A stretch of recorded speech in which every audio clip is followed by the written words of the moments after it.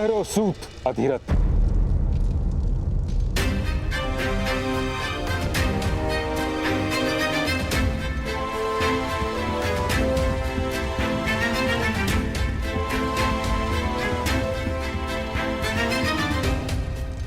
ये सत्य है महाराज कि मदनजय अपराधी था और जो दंड उसको मिला है वह उचित है। सत्य है कि इस बालक ने राज परिवार पर उपकार किया है।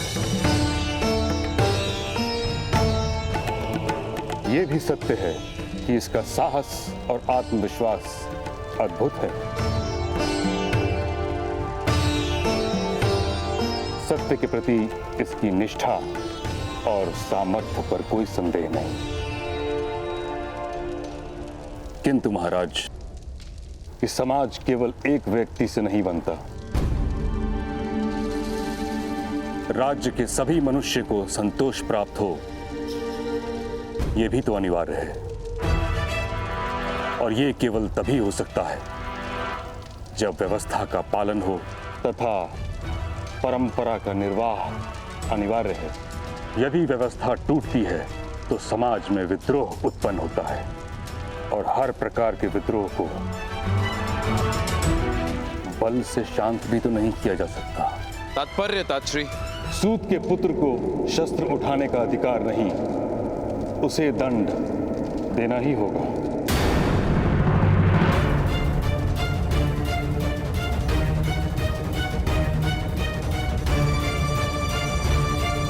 नहीं महाराज, कृपा कीजिए, बालक है। और इस बालक ने राज परिवार पर उपकार किया है तात्श्री। यथार्थ कह रहे हैं आप, इसीलिए इस बालक को कोई छोटा सा दंड दिया जाए, यही मेरी विनती है। मैं दंड स्वीकार नहीं करूंगा।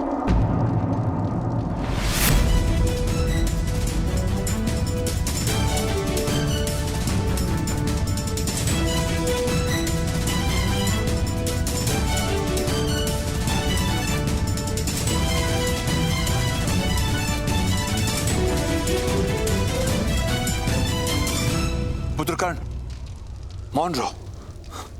राजसभा में विवाद मत करो। किंतु पिताश्री, यदि आपके साथ अन्याय नहीं हुआ होता तो भ्राताश्री क्यों शस्त्र उठाते? अनिवार्य था शस्त्र उठाना पिताश्री। बालक, न्याय प्राप्त करने का सबको अधिकार है। राज्य की व्यवस्था प्रत्येक व्यक्ति को न्याय प्रदान करती है। राज्य की व्यवस्था से ही अन्याय हो तब क्या किया जा सकता है? राजा के हाथों कभी अन्याय नहीं होता राधे। अन्य सबके अन्याय के लिए राजा से याचना करना संभव है, किंतु किसी भी कारणवश व्यवस्था और परंपरा को भंग नहीं किया जा सकता। अन्याय और याचना की व्यवस्था से तो उत्तम है कि ऐसी परंपरा ही ना हो। राधे, क्या कोई दूसरा सूत तुम्हारी भांति शस्त्र धारण करके अपना रक्षण कर सकता है?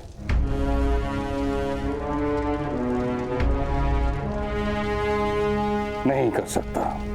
यदि उनको अपनी रक्षा का भार सौंप दिया जाए तो समस्त सूत समाज नष्ट हो जाएगा। उनकी रक्षा कौन करेगा?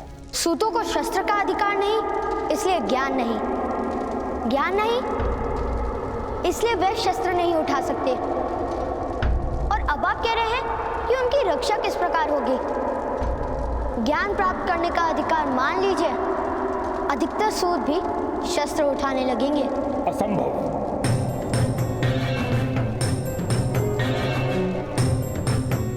मरुभूमि में हरेक वृक्ष पर कांटे होते हैं, किंतु वन में प्रत्येक वृक्ष पर कांटे नहीं होते। वैसे ही मनुष्य एक समाज में रहता है और समाज में हर व्यक्ति को हर प्रकार का अधिकार नहीं दिया जा सकता।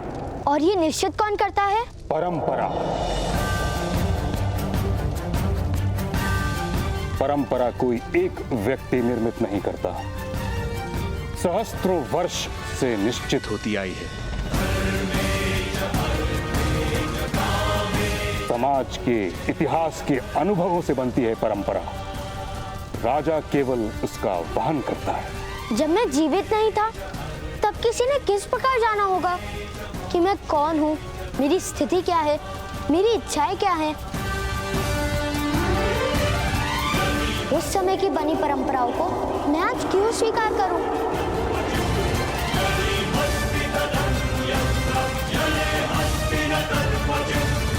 हट मत करो बालक। छोटा सा दंड स्वीकार कर लो बालक। असंभव। मैं युद्ध करने को सज्ज, मैं युद्ध करने को सज्ज, मैं युद्ध करने को सज्ज, मैं युद्ध करने को सज्ज।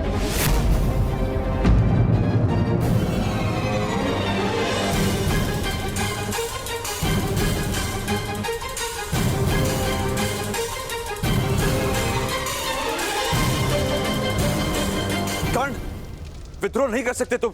महाराज, महामहिम, महामंत्री, मेरे पुत्र को क्षमा कर दीजिए।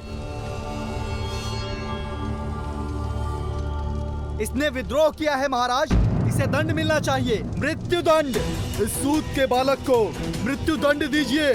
मृत्यु दंड दीजिए, मृत्यु दंड दीजिए, मृत्यु दंड दीजिए, मृत्यु दंड दीजिए, मृत्यु दंड दीजिए, मृत्यु दंड, मृत्यु दंड दीजिए, मृत्यु दंड दीजिए, मृत्यु दंड दीजिए, मृत्यु दंड दीजिए, मृत्यु दंड दीजिए, मृत्यु दंड, मृत्यु दंड दीजिए, मृत्यु दंड दीजिए। किसी में शक्ति हो तो दीजिए मृत्यु दंड।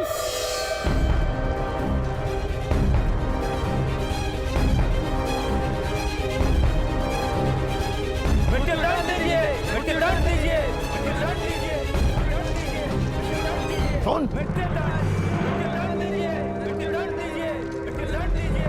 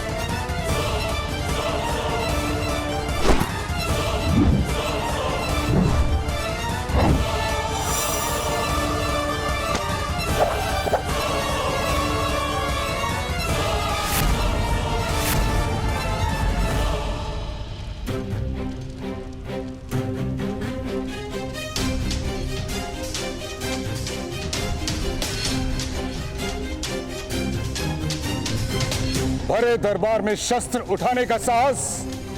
यदि आज तुम्हें क्षमा कर दिया तो कल ये कोई और करेगा इस राज्यसभा में।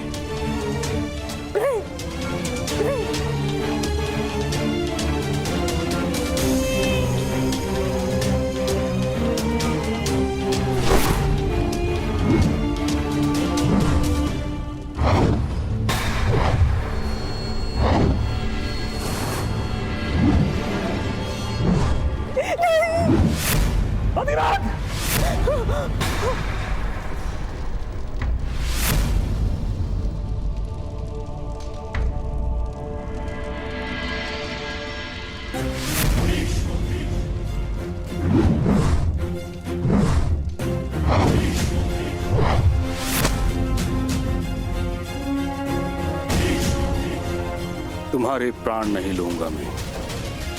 कुरु सभा में बालक की हत्या नहीं की जाती।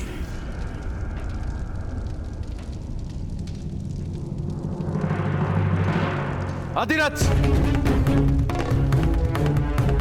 तुम्हारे पुत्र ने राज्यसभा में विद्रोह किया है।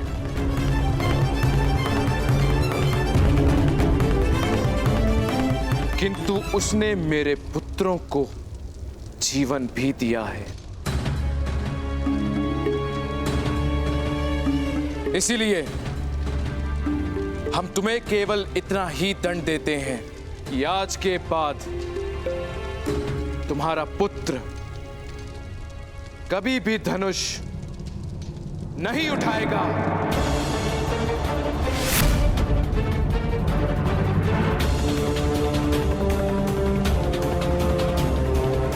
सूतों के लिए बनी परंपरा का वहन करेगा, और यदि ऐसा नहीं हुआ तो तुम स्वयं अपने पुत्र को हस्तिनापुर और कुरु राष्ट्र से निष्कासित कर दोगे।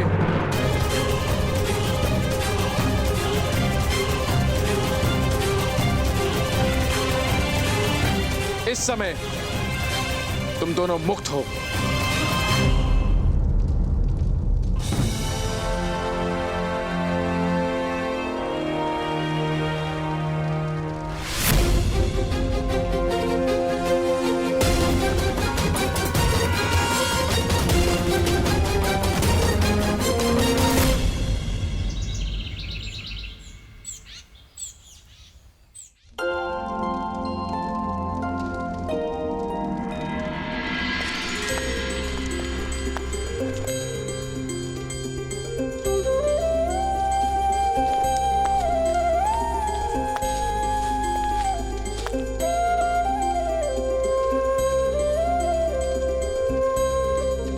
माता, मैं आरती करूं?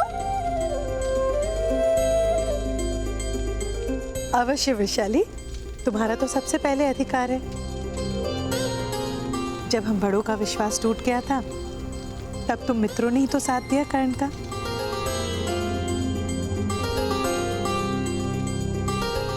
ये लो।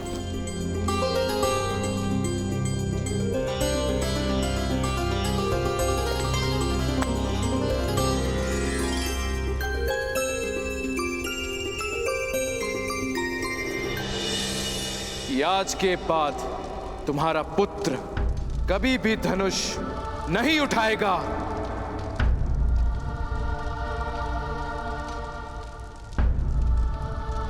कर्ण, आज से तुम यहाँ के सेनापति और मैं तुम्हारी सैनिक।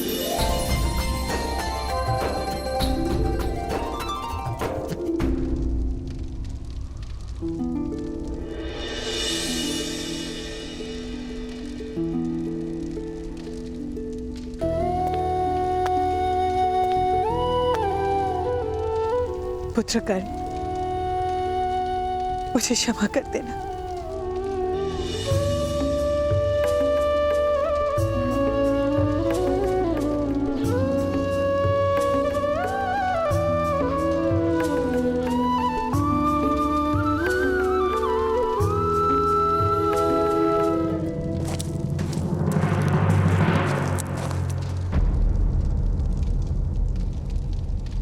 सूत अधिरथ, आपको महामहिम भीष्म ने बुलाया है। सूर्योदय के समय गंगा के पावन घाट पर प्रातः स्नान हेतु महामहिम नित्य जाते हैं। कल प्रातः काल आपको वहीं आने का आदेश है। अवश्य।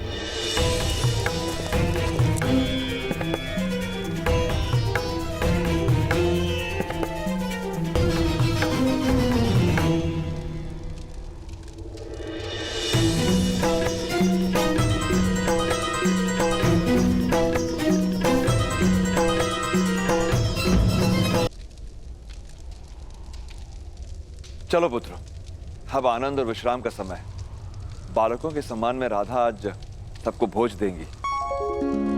मामिल, शोण, कर्ण को ले जा।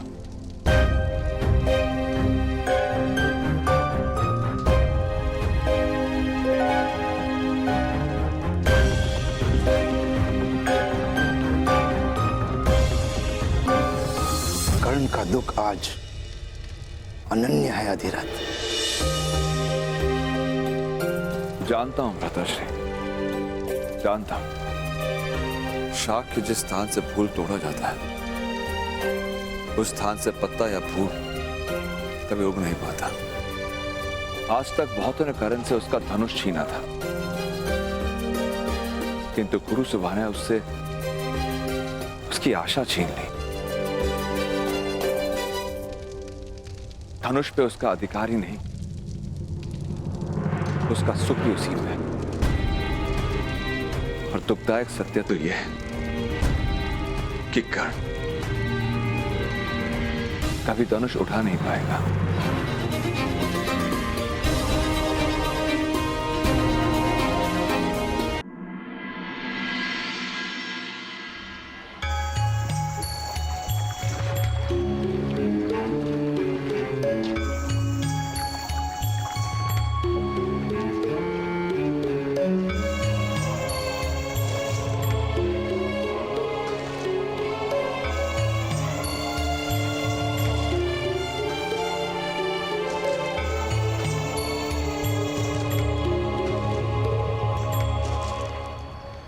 प्रणिपात मामाई। कल्याण हो। क्या कार्य करते हो? अभी अभी हसनापुर आए, अभी कोई कार्य आरंभ नहीं किया। मैं तुम्हें अपने सारथी के रूप में नियुक्त करता हूं।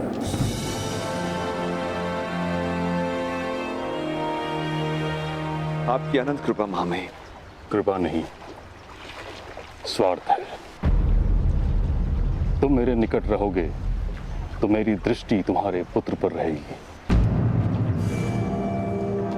उस जैसा तेजस्वी और ऊर्जावान बालक मैंने संसार में नहीं देखा। उसका अध्यापन मैं उचित रूप से करवाऊंगा। बिजली को आकाश में दिखा, उसकी कोई दिशा नहीं होती, उस पर कोई अंकुश नहीं होता।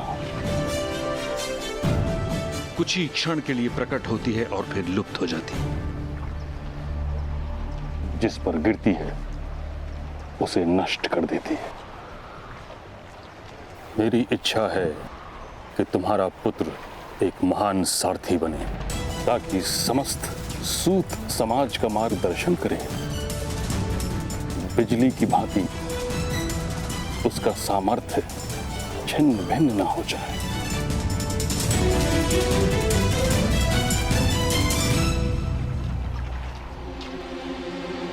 जी मामाई।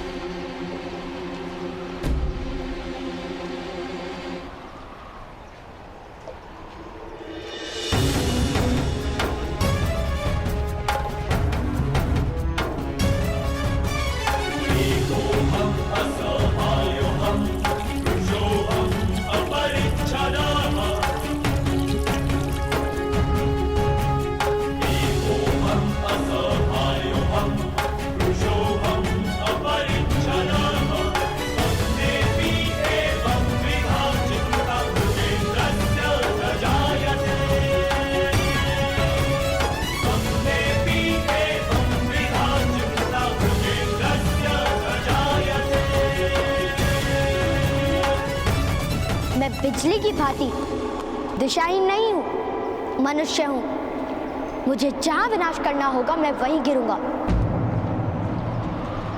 आपकी इच्छा थी ना कि मेरा सामर्थ्य चिन्ह भिन्न ना हो, तो लीजिए।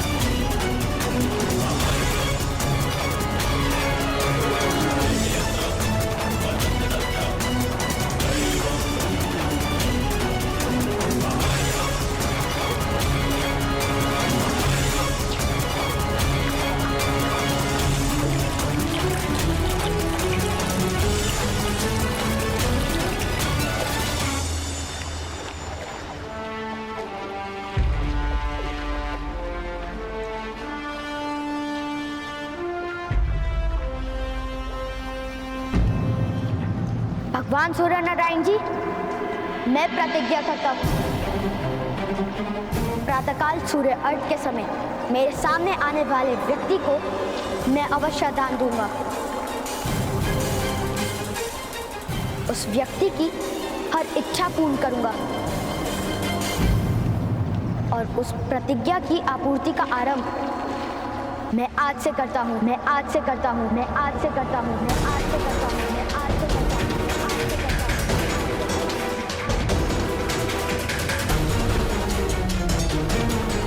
महामहिम भीष्म को दान देकर, दान देकर, दान देकर, दान देकर, दान देकर।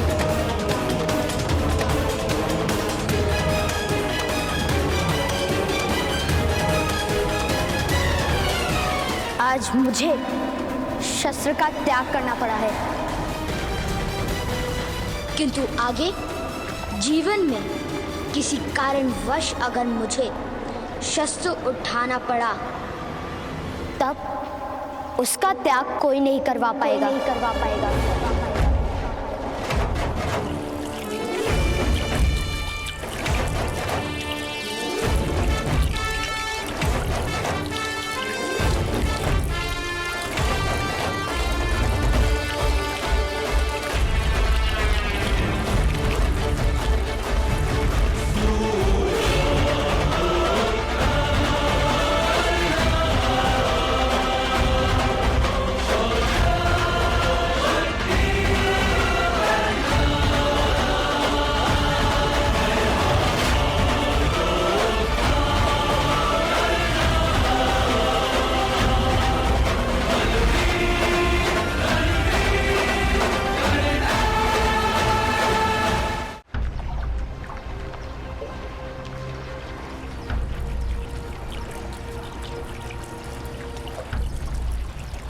आज मुझे शस्त्र का त्याग करना पड़ा है,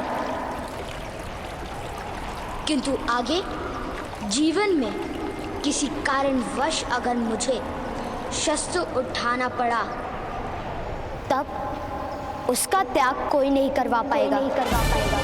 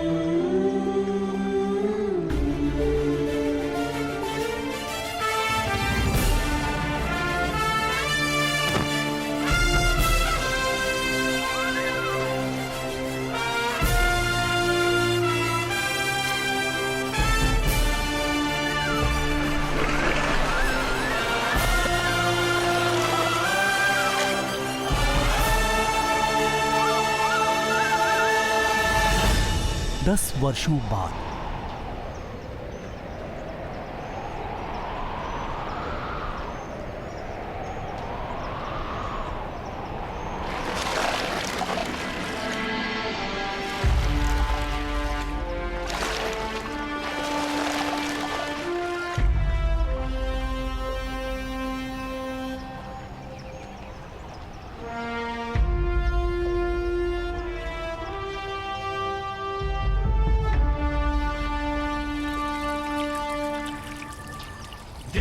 दृष्टि से बाण शक्ति से जीते ये सारा रण, शांत चित्त धरे आत्मबल भरे जीते हर बाधा गढ़, छूट ना पाए लक्ष्य हो चाहे सूक्ष्म सा छुपा होकर, मित्र वेग है सूर्य तेज है कवच चढ़ा इसके तन।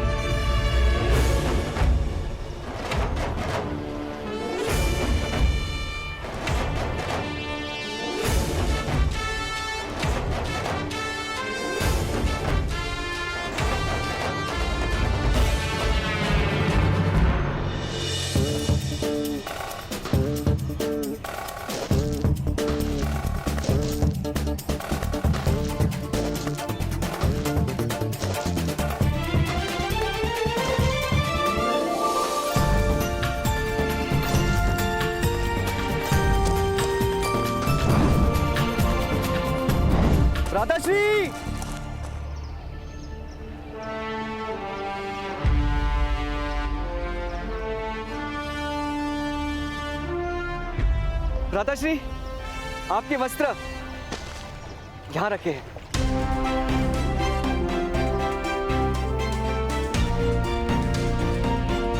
आप शीघ्र ही सज्ज हो जाइए, आज हमारी अंतिम परीक्षा है। सूतों के लिए कोई भी परीक्षा अंतिम नहीं होती शो। अर्थात गुरुकुल में ली जाने वाली अंतिम परीक्षा है, और आज स्वयं महामहिम भीष्म पधारेंगे।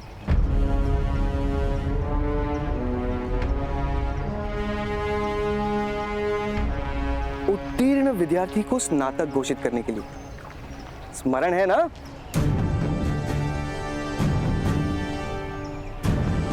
उसका विस्मरण कैसे हो सकता है? उनके लिए तो आज एक विशेष आश्चर्य जो निर्मित किया है मैंने। आज आपको देखकर केवल महामहिम भीष्म ही नहीं, हस्तिनापुर के राजकुमार भी आश्चर्य में पड़ जाएंगे। आप शीघ्र ही पहुंचे, मैं भी माता को लेकर पहुंचता हूं परीक्षा भूमि।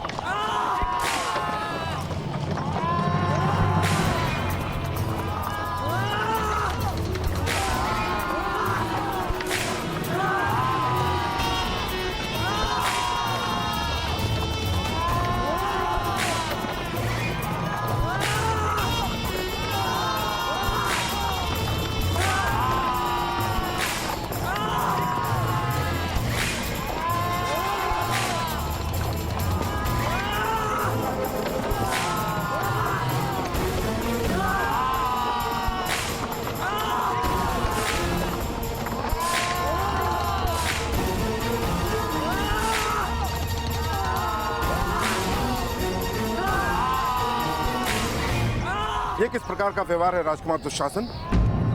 अश्वों के स्थान पर मनुष्य को क्यों बांधा है? सारथी है ये, सारथी है ये। रथ हाँकना इनका कर्तव्य है। यदि अश्व नहीं होंगे तो रथ के साथ इन्हें स्वयं बंधना पड़ेगा। आप इनकी चिंता मत कीजिए, आप केवल इतनी चिंता कीजिए कि मेरे ज्येष्ठ भ्राताश्री युवराज दुर्योधन का ये अनुचर कुमार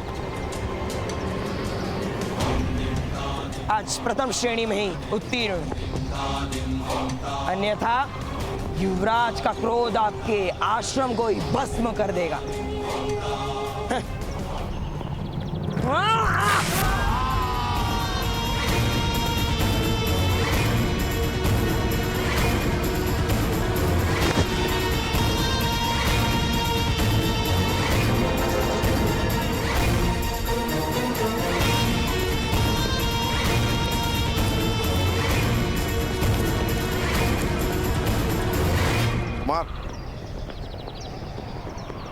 विद्या प्राप्ति में आश्रम का महत्व कम, श्रम का महत्व अधिक होता है, और गुण तो स्वयं महामहिम भीष्म देंगे। क्या तुम कौन से अधिक कला का प्रदर्शन कर पाओगे महामहिम के सामने?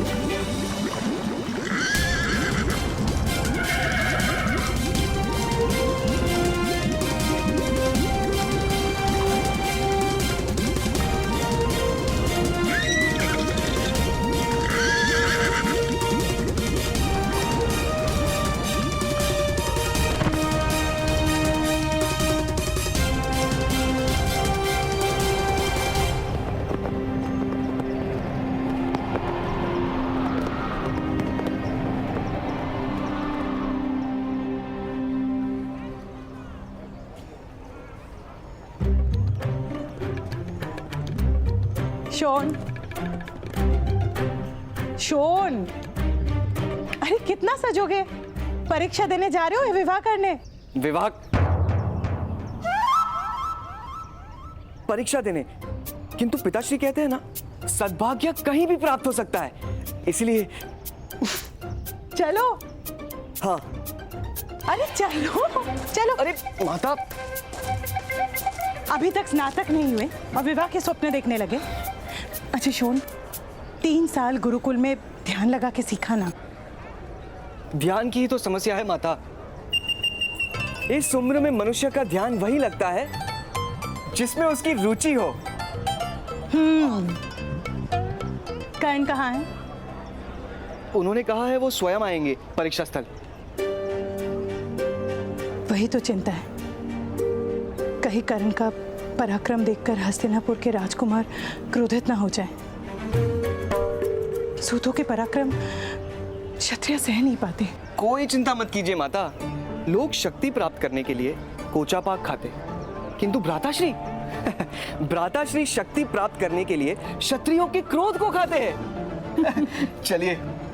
अरे वृषाली कहाँ है? वृषाली?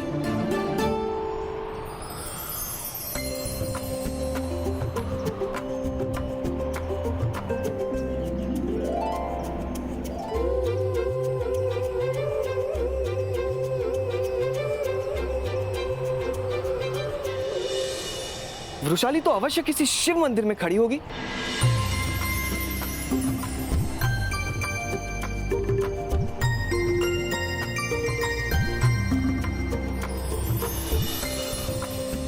किसी पवित्र वृक्ष को सूतर के धागे से बांधकर भ्राताश्री के विजय की कामना कर रही होगी।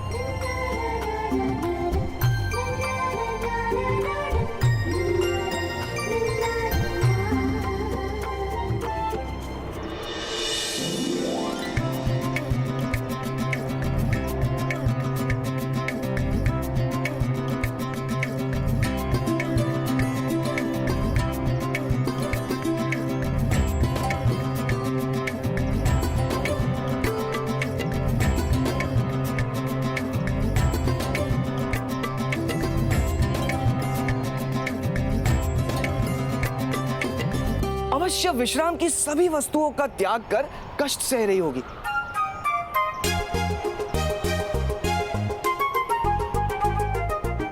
यही मानती है ना आप माता? हाँ। किंतु वृषाली की तपस्या का मार्ग आपसे भिन्न है माता। चलिए। चलो।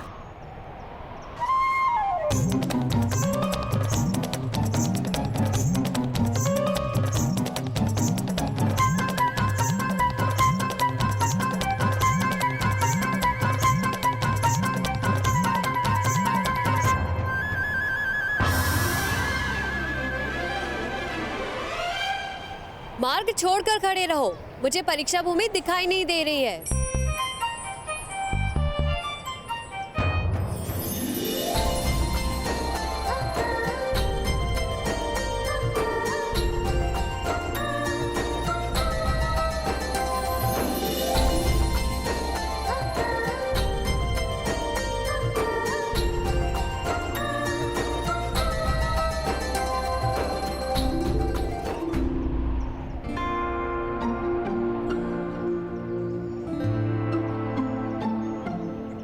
कहाँ हो सेनापति कर्ण? ये कार्य तो सफल हुआ, अब समय हो रहा है। महामहिम मेरी प्रतीक्षा कर रहे होंगे।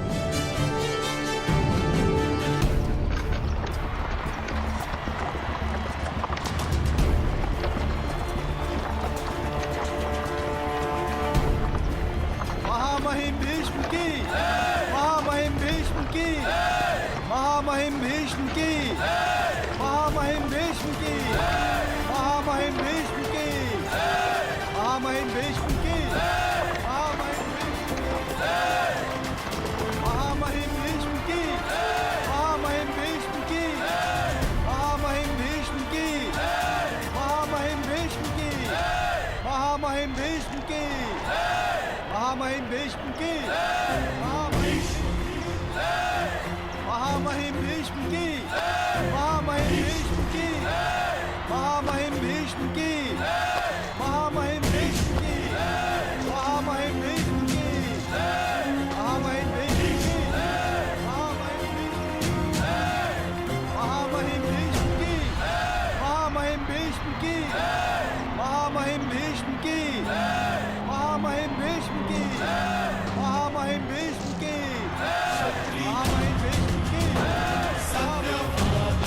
महामहिम भीष्म की, महामहिम भीष्म की, महामहिम भीष्म की, महामहिम भीष्म की, महामहिम भीष्म की, महामहिम भीष्म की, महामहिम भीष्म की, महामहिम भीष्म की, महामहिम भीष्म की।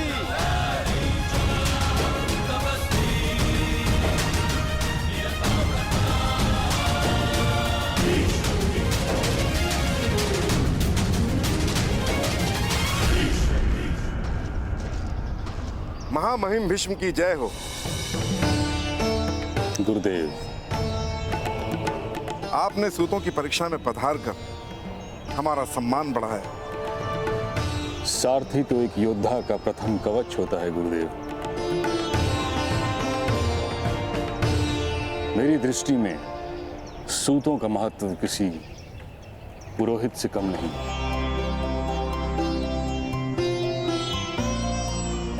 परीक्षा आरंभ कराइए। अवश्य। आज का प्रथम परीक्षार्थी है आपके सारथी अधिरथ का पुत्र कर्ण।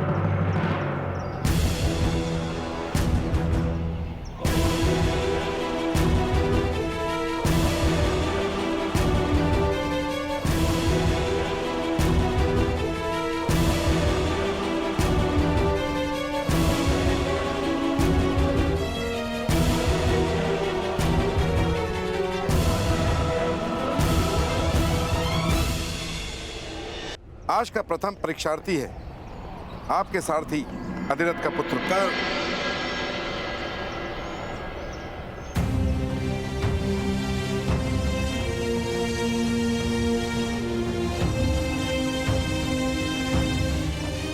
उसकी परीक्षा तो वर्षों पूर्व हो चुकी है।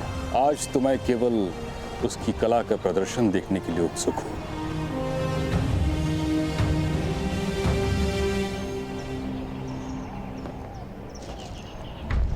राधे कर्ण, सामने आओ।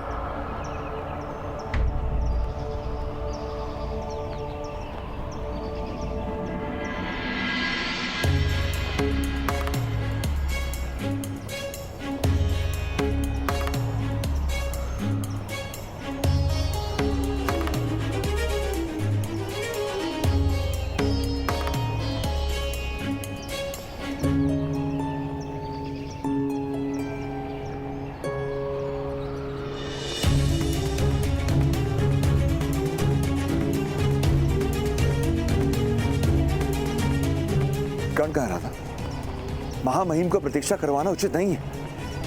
अवश्य, शीघ्र ही वो आता ही होगा।